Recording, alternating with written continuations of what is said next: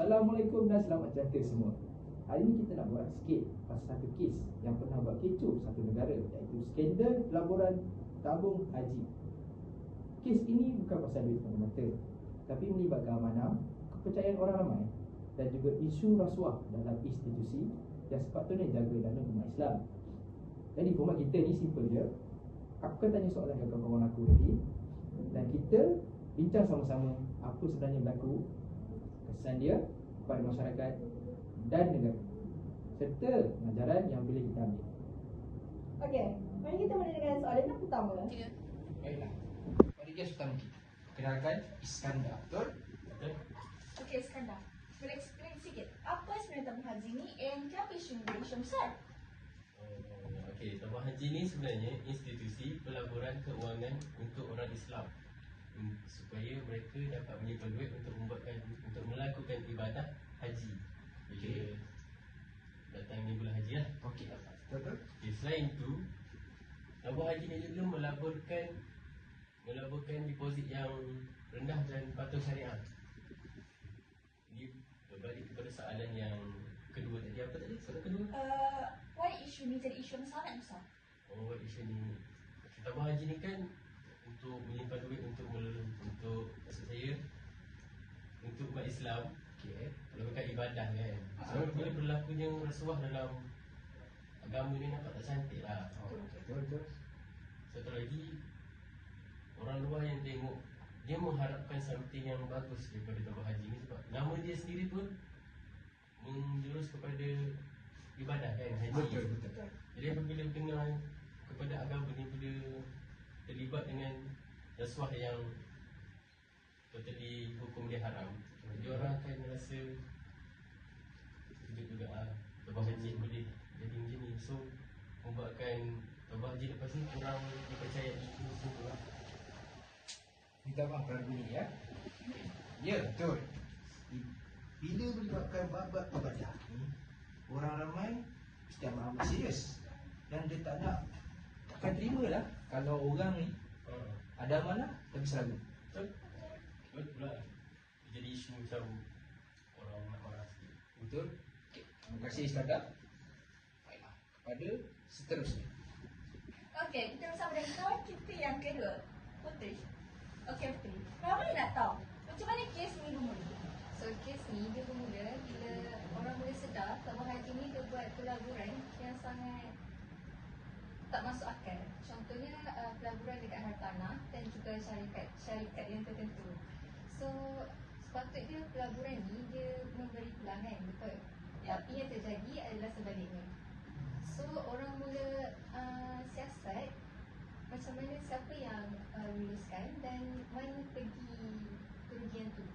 Jadi start daripada tu ramai orang mula memandang tentang kes ni. Baik, faham? Jadi sebenarnya benda ni berlaku pada tempoh yang sangat lama. Ya, betul. Okey, baik. Kita akan ke sahabat seterusnya. Baiklah, pada kes seterusnya, kenalkan mantan pengambil rasuah kita, Adha. Adha, nak tahu juga. Ramai bertanya, betul semua tanya juga. Betul ke kes ni melibatkan rasuah? Ya betul. Sebab itulah SKM pun terlibat sekali dalam kes ni. Dalam siasatan tu ada unsur salah guna kuasa dan juga pengubahan wang haram yang dikesan. Ada segelintir individu juga yang memegang jawatan tinggi dan dalam pengurusan tabung haji turut disiasat dan ada yang dibawa ke mahkamah. Ini merupakan kes, ini menunjukkan yang kes ni bukan sekadar pelaburan gagal, tapi ada isu integriti yang serius. Oh, jelaslah kes ni bukan kes yang biasa, tapi macam kes rasuah. Ya betul. Okey. Okey, kita akan pergi ke orang seterusnya. Okey, seterusnya kita bersama dengan Kalisha atau lebih dikenal dengan nama Kai. Okey Kai, dari sudut masyarakat pula, apa kesan yang paling besar yang orang rasa? Okey, kesan yang paling ketara dalam masyarakat ialah hilangnya kepercayaan terhadap tabung haji. Pendeposit macam kita ni jadi risau dan takut untuk depositkan duit ke tabung haji. Lagi-lagi orang yang dah lama simpan duit untuk pergi ke haji. Okay. Selain itu, orang jadi lebih skeptikal dan berhati-hati dengan institusi kewangan yang urus dana awam. Okey. Kepercayaan yang hilang tu bukan senang nak dapat balik. Okey, betul. Percayaan ini memang sudah lama dan untuk Dah lama kita nak bina. Oh ya, betul. Percayaan ini memang ambil masa untuk lama untuk yang dibina balik. Tapi cepat je boleh rosak. Sama kan? Syasut tadi. Okey. Kita akan kembali kepada orang seterusnya. 3. Baiklah, pada seterusnya.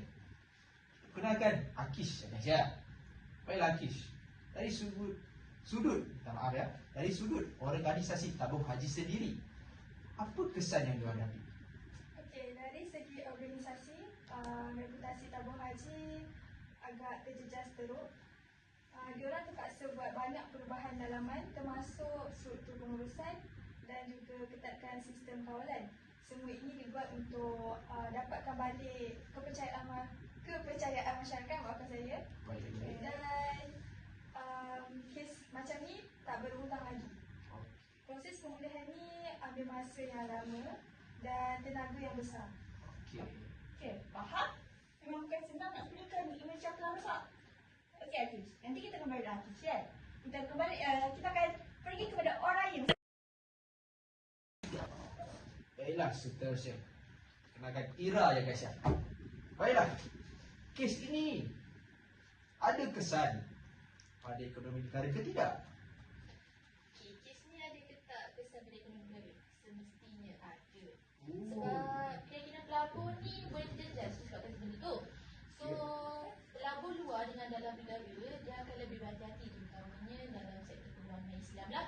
So, dalam jangka panjang ni, keadaan ni boleh menjejaskan pertumbuhan ekonomi dan juga imej negara di mata dunia lah.